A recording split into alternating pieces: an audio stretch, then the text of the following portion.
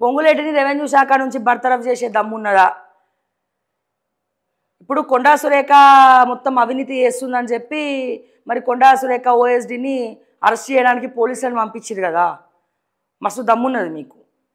కానీ గన్ను పట్టుకొని తిరిగినటువంటి రోహిన్ రెడ్డిని మాత్రం ఏం చేయరు. మీ ఆత్మీయ సన్నిహితుడు కదా. మరి పొంగులేటి శ్రీనివాస్ రెడ్డిని మనం చేసే దమ్మున్నదా? అట్లనే వాళ్ళ ఇంటికి ఇప్పుడు గచ్చిబౌలిలో కేసులు నమోదైనాయి కదా రేవంత్ అన్న.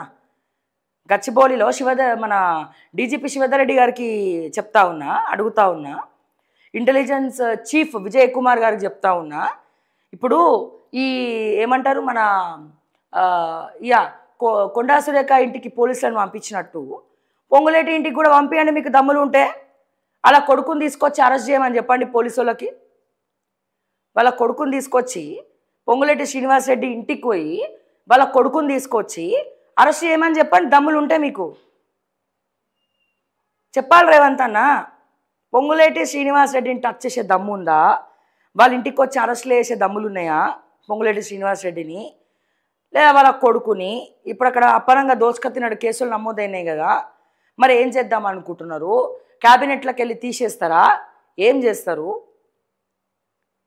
చెప్పాలి. అండ్ దీంట్లో మీ షేర్ ఎంత? ఒకవేళ పొంగులేటి కొడుకుని అరెస్ట్ చేయలేదనుకో, దీంట్లో నీకు కూడా షేర్లు ఉన్నాయని మేము నమ్ముతాం. ఎందుకంటే ఈ కొడంగల్లో ఏదో లిఫ్ట్ ఇరిగేషన్ ప్రాజెక్ట్లో మెయిల్ కంపెనీకి ఇచ్చినావు, ఇంకోటి ఎవరికి ఇచ్చినావు? రాఘవ కన్స్ట్రక్షన్స్కి ఇచ్చినావు.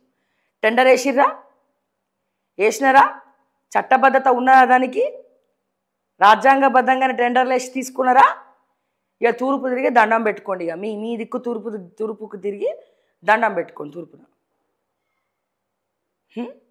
ఒక పక్కనేమో మెయిల్ కంపెనీకి అన్ని ప్రాజెక్టులు కట్టబెడతావు, ఒక పక్క ఎలక్ట్రిక్ బస్సులు తీసుకుంటావు మెయిల్ కంపెనీ నుండి, ఇంకో పక్క కొడంగల్ ప్రాజెక్ట్ ఇస్తావు.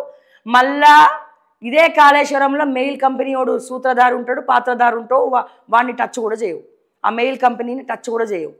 మళ్ళీ అతన్నే తీసుకొచ్చాట ఈ కొడంగల్లో పెట్టుకుంటాడట.